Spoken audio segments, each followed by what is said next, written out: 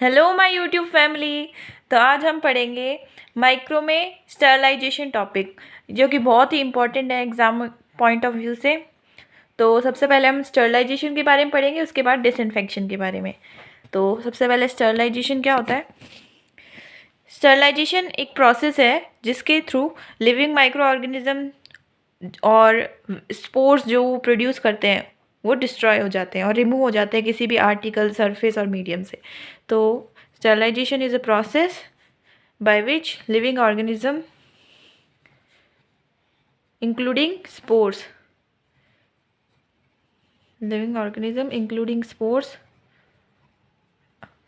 are either destroyed or removed। ठीक है, destroy हो जाते हैं या फिर रिमूव हो जाते हैं। अब इसमें दो टाइप का होता है, एक तो फिजिकल और एक केमिकल। ठीक है, पहले हम पढ़ते हैं केमिकल स्टरलाइजेशन के बारे में।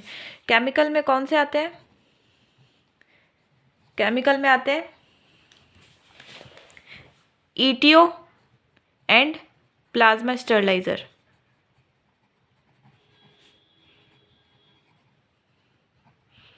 ठीक है, तो ETO क्या है? Ethylene oxide. इसका मैकेनिज्म ऑफ एक्शन क्या है?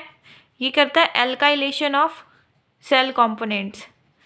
एल्काइलेशन ऑफ सेल कंपोनेंट्स जैसे कि सेल का DNA हो गया, RNA, प्रोटीन्स, ये सब। ठीक है, उसके बाद इसमें 3 फेज होती है। सबसे पहले प्री कंडीशनिंग फेज, दूसरी स्टरलाइजेशन फेज और तीसरी aeration phase. Sterilization and aeration. ठीक है, तो प्री कंडीशनिंग में क्या होता है? एयर को रिमूव कर देते हैं, एयर रिमूव हो जाती है और वैक्यूम बना देते हैं। Vacuum is created. और स्टरलाइजेशन में आपको पता है, ये टेम्परेचर याद करने की जरूरत नहीं है, फिर भी मैं बता देती हूँ। 4 to 5 hours at 38 degree Celsius और humidity approximately 40 to 80% relative humidity. ठीक है, और एयरेशन किस लिए करते हैं? क्योंकि इथाइलिन ऑक्साइड के कुछ रेजिड्यूज बच जाते हैं जो कि टॉक्सिक होते हैं। ठीक है, तो उनको रिमूव करने के लिए हम एयरेशन करते हैं, to remove ETO residues. Toxic होते हैं ये। ठीक है, अब इसके यूजेस क्या है ETO के? सबसे पहले ये उन आइटम में यूज़ करते हैं जो मॉइस्चर और हीट सेंसिटिव होते हैं, जैसे कि कैथेटर्स, स्यूचर्स एक्सेट्रा। एडवांटेज क्या है इसकी? पहला, इसकी चैम्बर कैपेसिटी जो होती है वो क्या होती है? लार्जर होती है। लार्जर होती है किससे? Plasma sterilization, larger than plasma sterilizer. दूसरा, इसकी हाई पेनिट्रेशन पावर होगी, हाई पेनिट्रेशन पावर। एंड तीसरा, ये नॉन कोरोसिव है प्लास्टिक एलिमेंट्स के लिए या फिर मेटल्स के लिए। Non corrosive to plastic and metals. इसके कुछ डिसएडवांटेज भी हैं, जैसे कि इन्फ्लेमेबल है, ये इन्फ्लामेबल, इरिटेंट है और एक्सप्लोसिव भी है, कार्सिनोजेनिक भी है, एक्सेट्रा एक्सेट्रा। ठीक है, उसके बाद इसका हम स्टरलाइजेशन कंट्रोल किसके थ्रू चेक करते हैं? स्टरलाइजेशन कंट्रोल हम चेक करते हैं इसको बैसिलस एट्रोफियस के थ्रू, एट्रोफियस। ठीक है, ये हो गया ETO। दूसरा है केमिकल में प्लाज्मा स्टरलाइजर।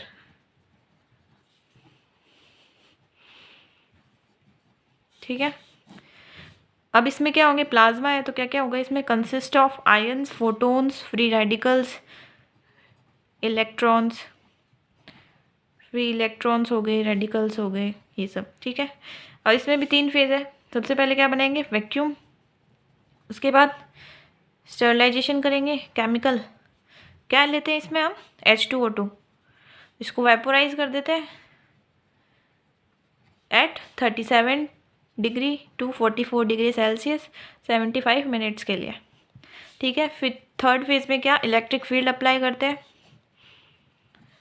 तो जिससे क्या होगा, H2O2 है वो ब्रेक हो जाएगा, H2O2 ब्रेक हो जाएगा OH minus and hydroxy peroxyl ion में।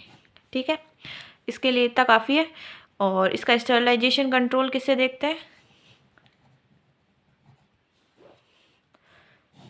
इसका देखते हैं हम बेसिलस स्टीरियोथर्मोफिलस,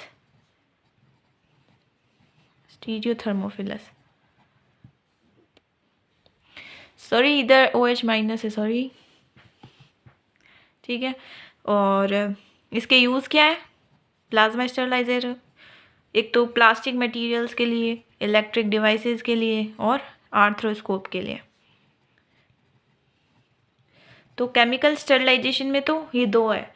अब हमें पढ़ना है फिजिकल स्टरलाइजेशन, वो काफ़ी बड़ा है और उसमें बाकी सबको हम ब्रीफ में देखेंगे, जो इम्पोर्टेंट है उसको हम डिटेल में डिस्कस करेंगे। तो अब हम शुरू करते हैं फिजिकल स्टरलाइजेशन। फिजिकल स्टरलाइजेशन, तो इसमें सबसे पहले देखेंगे फिल्ट्रेशन। ठीक है, तो फिल्ट्रेशन में क्या होता है, एयर को रिमूव करते हैं माइक्रो ऑर्गेनिज्म को, खाली किल नहीं करते उसको, रिमूव द माइक्रो ऑर्गेनिज्म, किल नहीं करेंगे। इसमें दो आते हैं, एक तो डेप्थ फिल्टर, दूसरा आता है मेम्ब्रेन फिल्टर। ठीक है, दूसरा मेम्ब्रेन। डेप्थ फिल्टर किसके लिए यूज़ करते हैं, ड्रिंकिंग वाटर प्योरीफायर, जो हम घर में यूज़ करते हैं।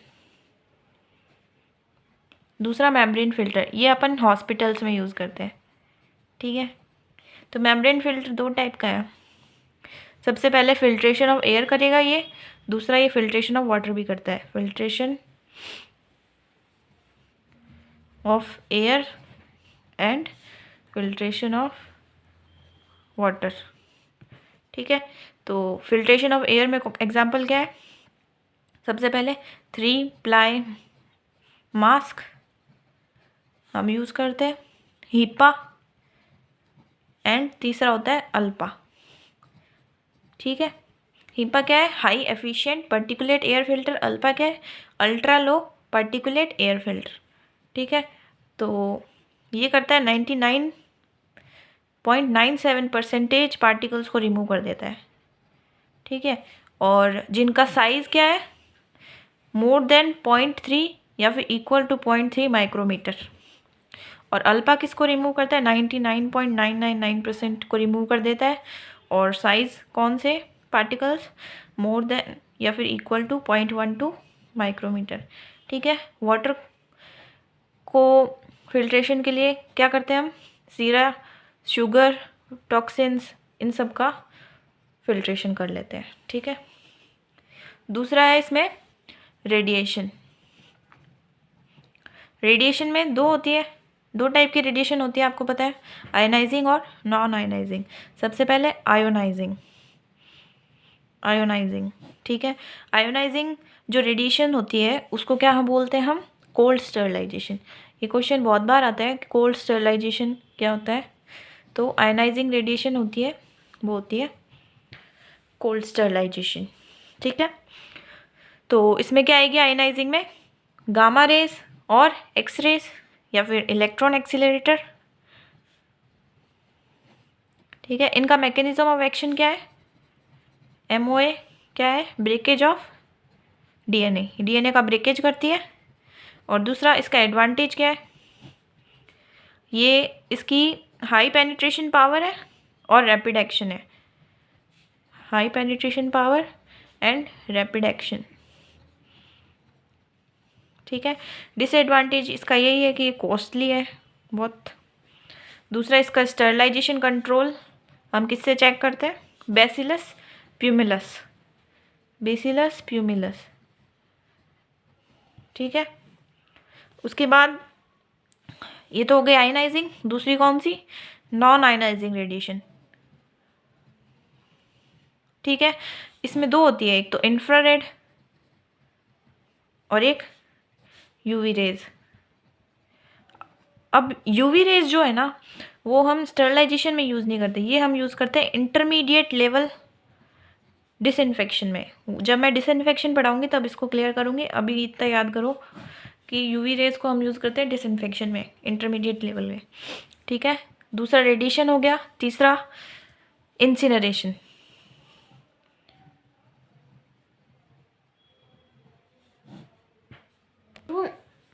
इंसिनरेशन को किस लिए यूज़ करते हैं? For biomedical waste, use for biomedical waste.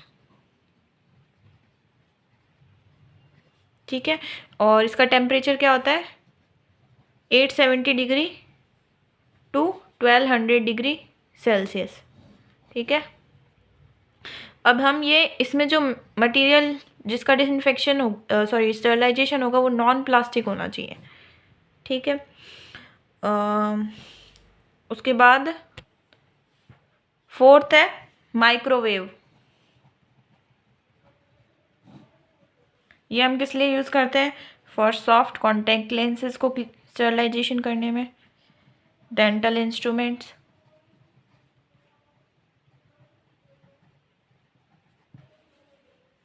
और यूरिनरी कैथेटर्स। ठीक है, उसके बाद फिफ्थ है dry heat sterilizer. Dry heat sterilizer हम किसको बोलते हैं? हॉट एयर ओवन को, हॉट एयर ओवन। ये हमें याद करना है, इम्पॉर्टेंट है। ठीक है, तो इसमें हॉट एयर ओवन में क्या होता है? स्टरलाइजेशन होता है किसका? स्टरलाइजेशन ऑफ मेटेलिक इंस्ट्रूमेंट्स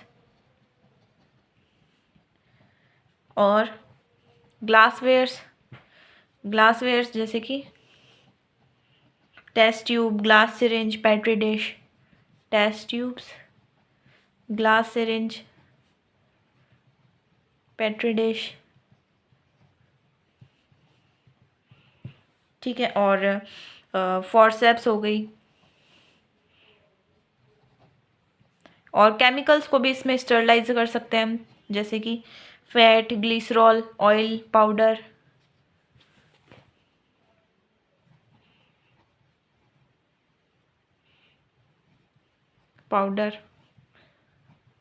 ठीक है, अब इसमें हमें कुछ प्रिकॉशंस रखने होते हैं। वो क्या है?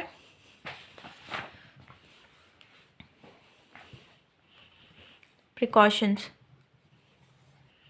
कि हमें इसमें कभी भी ओवरलोडिंग नहीं करनी है, ओवरलोडिंग नहीं करनी।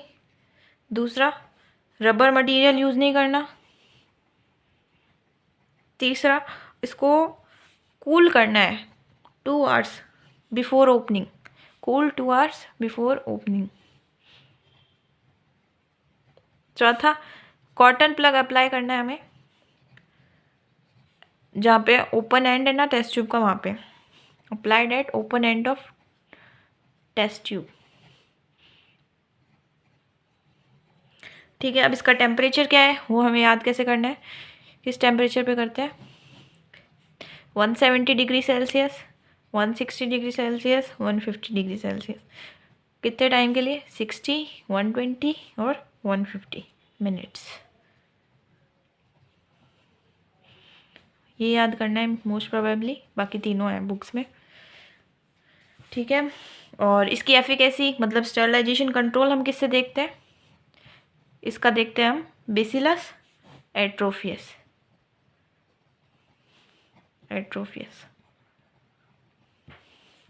और किसका देख रहे थे हम? बेसिलस एट्रोफियस।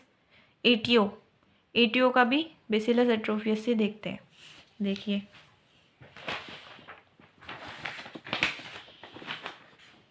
ये देखिए, एटीओ का हम देखते हैं बेसिलस एट्रोफियस। उसके बाद कौन सा पढ़ लिया हमने? 5th point. अब 6th पॉइंट, ऑटोक्लेव। ये क्या है? स्टीम स्टरलाइजर, मतलब at temperature above than 100 degree celsius. Sterilizer temperature more than 100 degree celsius. ठीक है, अब ये प्रेशर कुकर की तरह काम करता है। जैसे प्रेशर कुकर में प्रेशर बढ़ा देते हैं तो बॉइलिंग पॉइंट बढ़ जाता है, वैसे इसमें ये काम करता है। ठीक है, और इसका टेम्परेचर हमें क्या याद रखना है? 121 degree Celsius for 15 to 20 minutes, और प्रेशर क्या रखेंगे हम 15 साई। ठीक है, अब इसके यूजेस क्या है, ये उस मीडिया के लिए यूज़ करते हैं जिसमें वाटर होता है, क्योंकि हम उसको ड्राई हीट से स्टरलाइज नहीं कर पाए, मतलब हॉट एयर उनसे, तो उनके लिए हम ये यूज़ करते हैं ऑटोक्लेव। ठीक है, for media that contain water. दूसरा और किसके लिए, सर्जिकल इंस्ट्रूमेंट्स, कल्चर मीडिया, याद करना है, कल्चर मीडिया इंपॉर्टेंट है, plastic tubes, pipettes, dressings, linen, इन सब के लिए। ठीक है, इसकी प्रिकॉशंस क्या है, ये वाटरप्रूफ मटेरियल के यूज़ नहीं कर सकते, not use for waterproof material.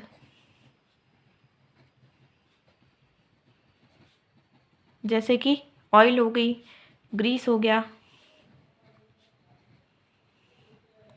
दूसरा, मटेरियल्स को हमें इस तरह लोड करना है ताकि मैक्सिमम स्टीम पेनिट्रेट कर सके।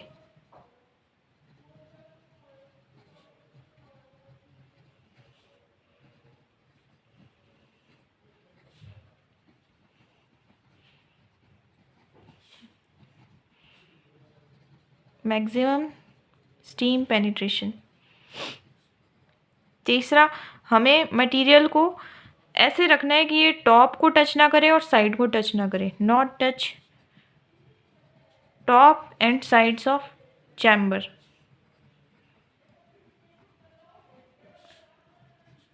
फोर्थ, हमें पॉलीइथाइलिन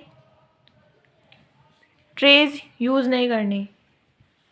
ठीक है, अब इसकी हम स्टरलाइजेशन कंट्रोल कैसे देखते हैं, बेसिलस स्टीरियोथर्मोफिलस।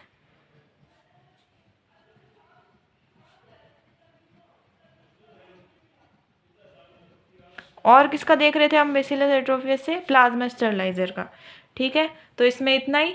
डिसइंफेक्शन के बारे में अगली वीडियो में देखेंगे। अगर आपको कोई डाउट हो तो कमेंट सेक्शन में पूछें, and please like, comment and subscribe. Thank you.